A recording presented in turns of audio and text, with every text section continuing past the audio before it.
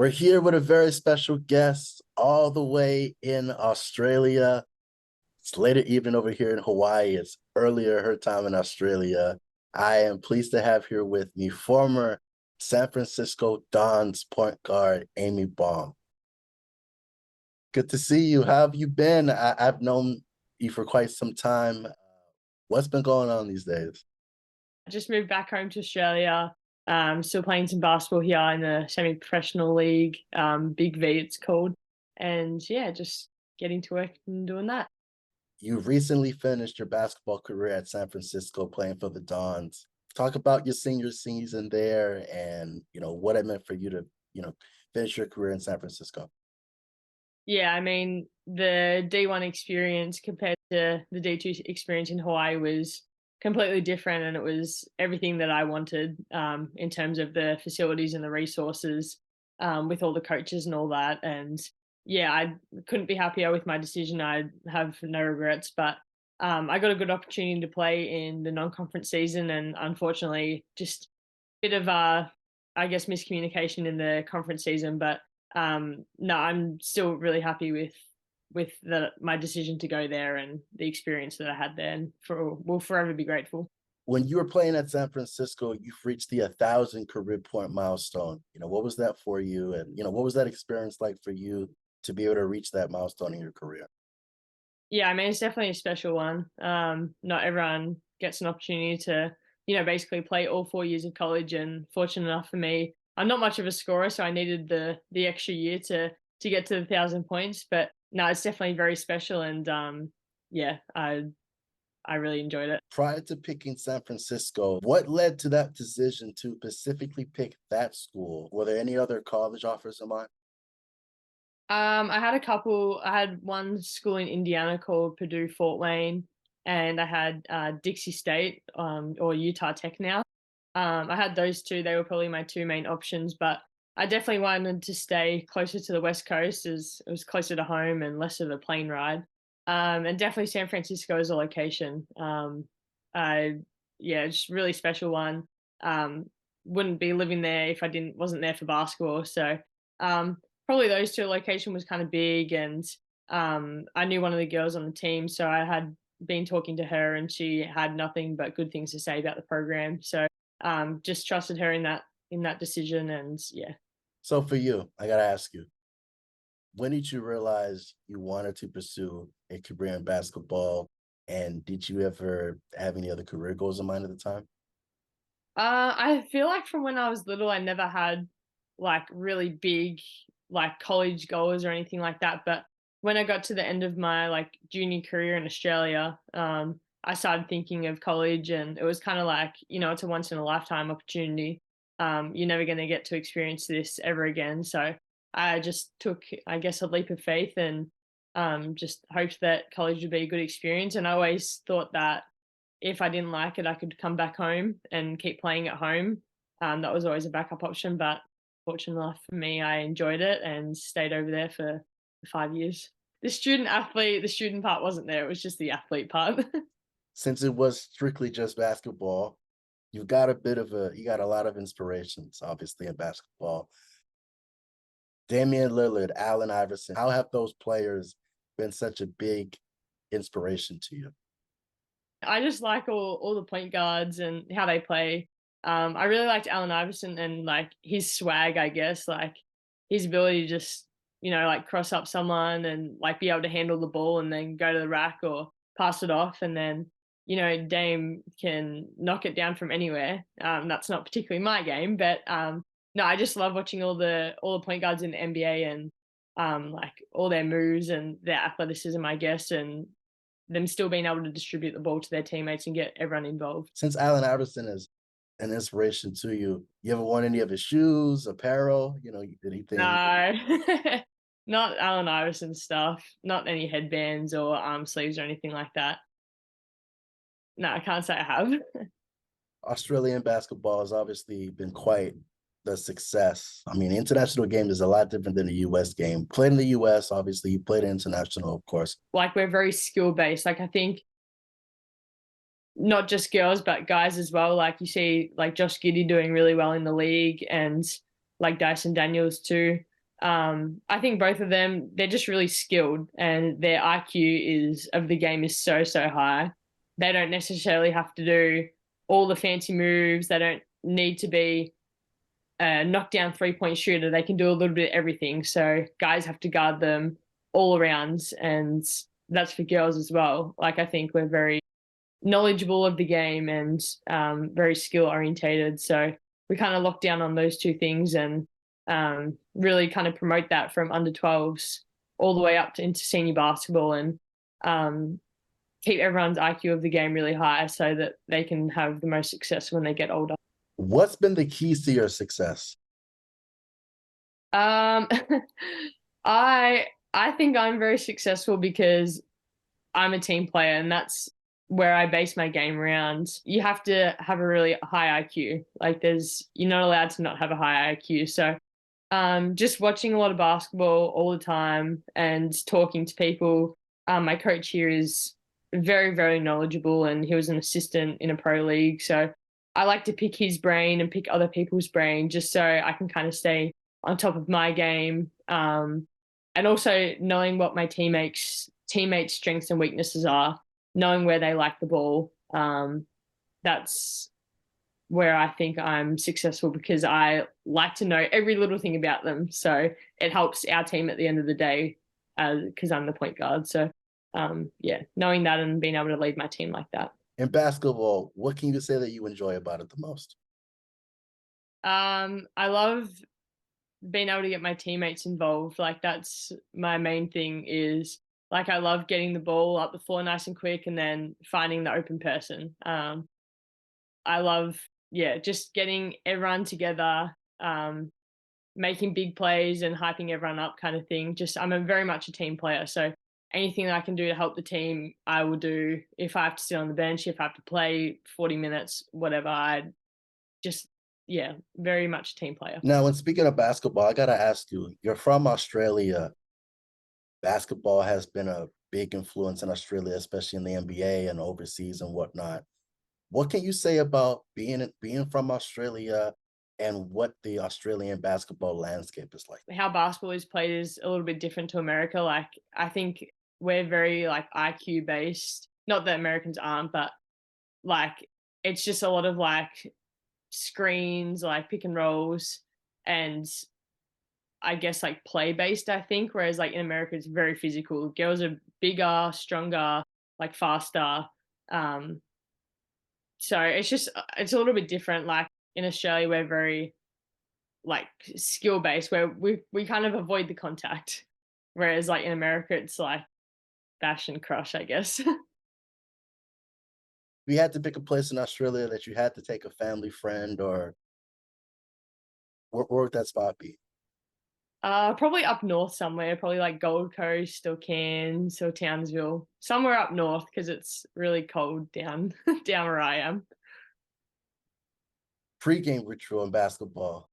Wale, Juice World. Probably one of the years. I don't know which one of those years I would probably listen to those guys, but I definitely like to be like one of the first up shooting, like definitely my college era. Here it's a little bit different, but in my college era it was kind of being one of the first on the court to get shots up.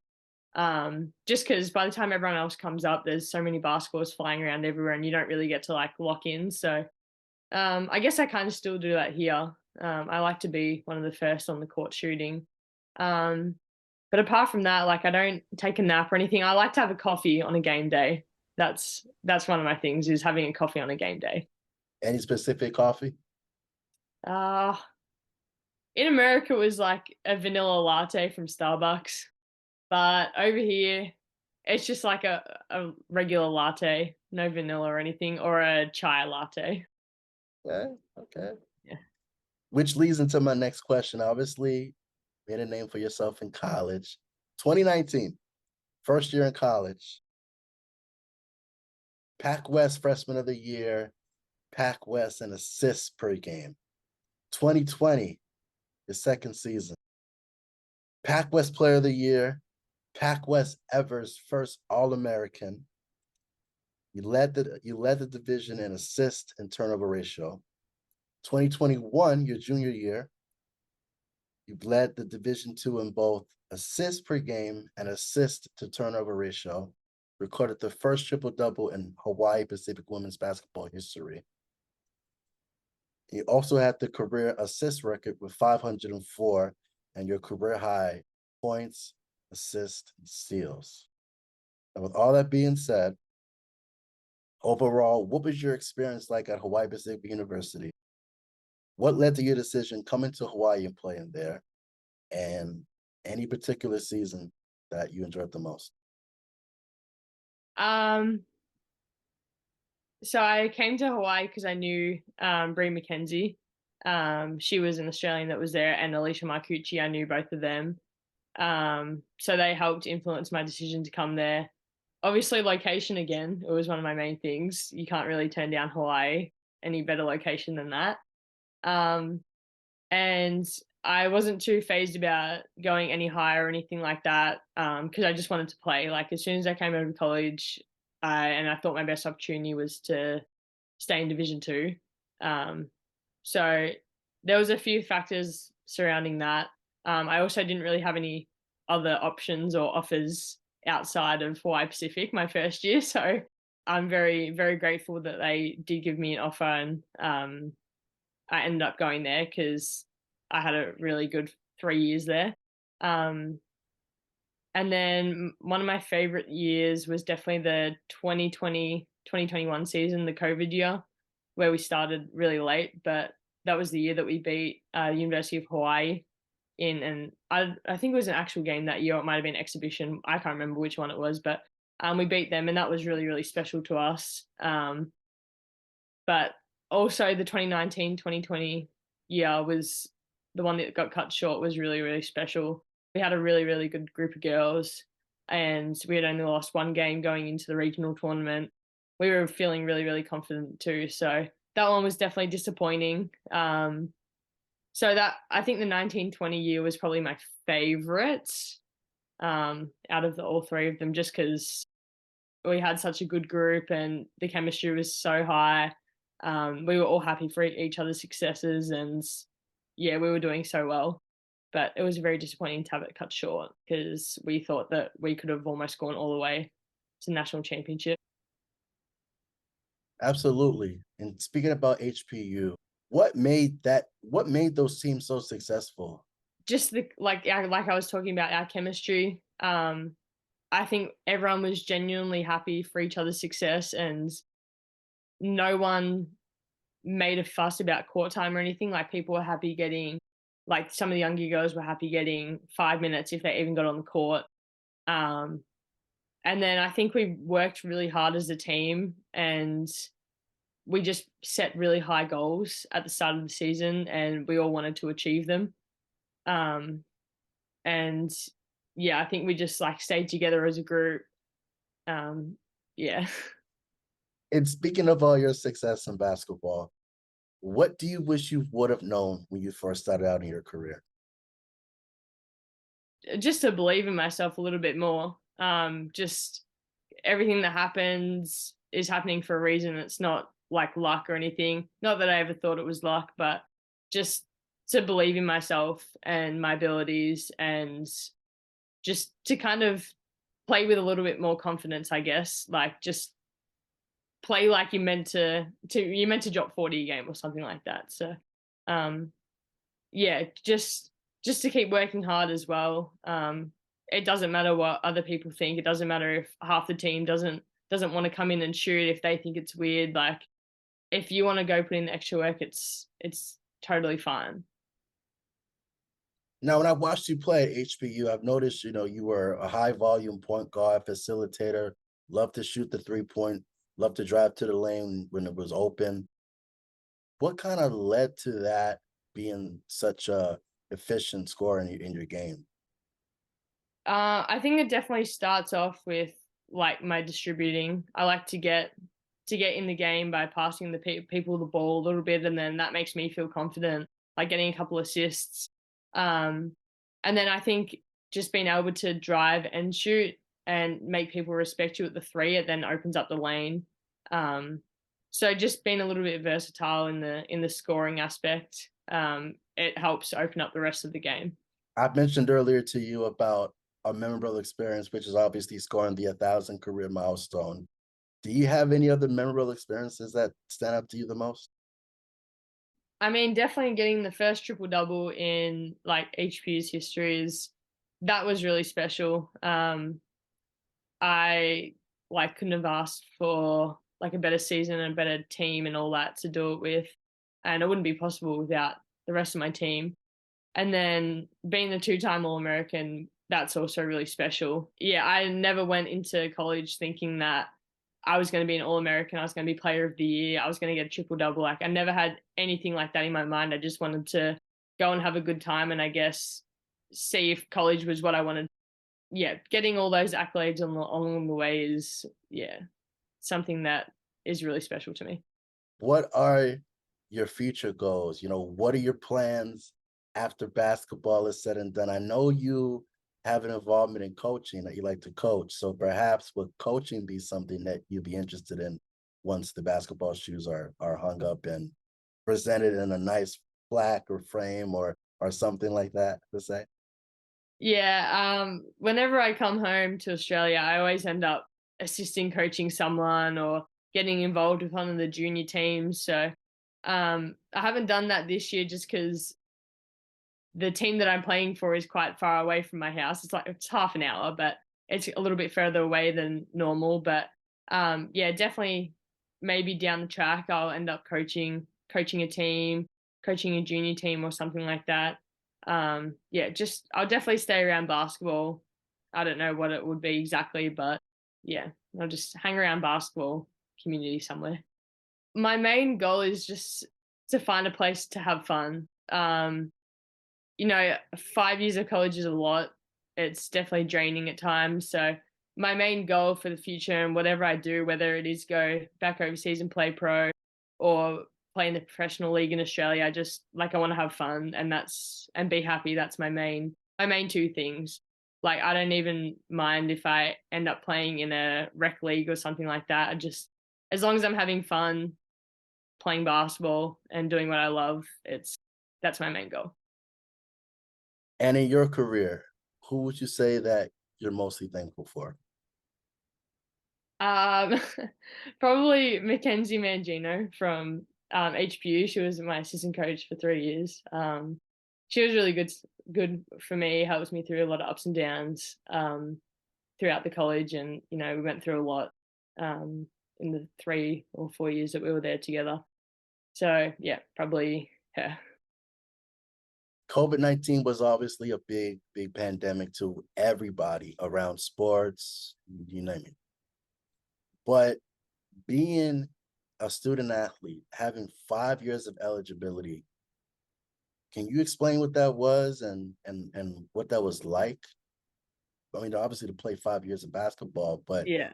Yeah, I mean, there's definitely a lot of ups and downs in the 5 years, but I mean, without that COVID year, I wouldn't have had the opportunity to go to USF and finish out that last year there.